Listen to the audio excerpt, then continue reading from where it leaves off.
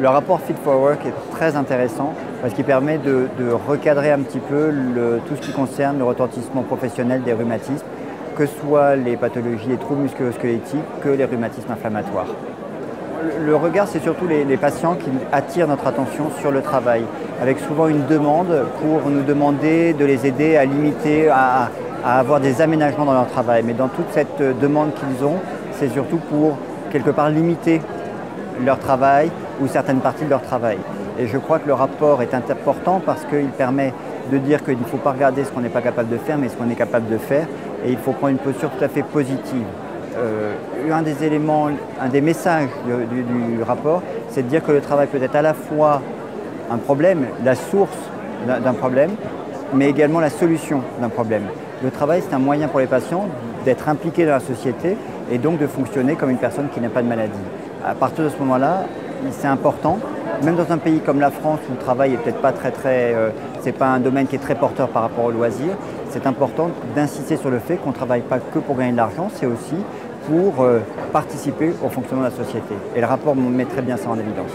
Les conditions pour que ça fonctionne, c'est qu'il faut qu'il y ait d'abord une sensibilisation pour que quand un problème sur le lieu de travail survient lié à un problème de santé, qu'il y ait une réaction qui soit rapide. Intervenir précocement, c'est l'un des messages du rapport. Deuxièmement, c'est qu'il y ait une interaction entre les différents acteurs. Et ça, c'est absolument pas simple parce que finalement, entre médecins, on peut se parler. Avec le patient, il y a un échange d'informations médicales qui se fait naturellement puisqu'on participe aux soins. Dès qu'on parle du médecin du travail, c'est discutable parce qu'il ne participe pas stricto sensu aux soins. Donc, quelles sont les conditions pour pouvoir échanger des informations médicales sur un patient avec le médecin du travail? C'est quelque chose qui doit être un petit peu défini ou redéfini. Et puis, même chose avec l'employeur. Probablement que si l'employeur avait une meilleure connaissance du problème médical du travailleur en difficulté, ça pourrait peut-être aider. Mais c'est vrai qu'il y a un risque que ça se retourne contre le travailleur. Donc, il faut arriver à trouver peut-être un cadre, un format où l'on peut finalement échanger un certain nombre d'informations utiles sans que ce soit au détriment du travailleur, ni au détriment de la société qui l'emploie, parce que forcément il y a des contraintes budgétaires qui font que tout n'est pas faisable.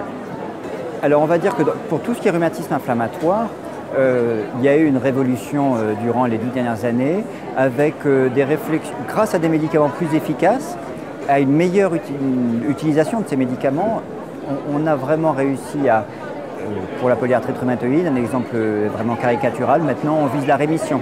Ce qui n'était absolument pas le cas il y a encore une dizaine d'années. Donc on arrive à faire que les patients aient de moins en moins de difficultés à fonctionner dans la vie courante. Il peut y avoir une gêne résiduelle, mais on arrive vraiment à les améliorer de façon importante. Donc à partir de ce moment-là, ils sont presque comme des gens qui ne sont pas malades. Sauf qu'il peut y avoir une fatigue, il peut y avoir quand même quelques limitations qui restent.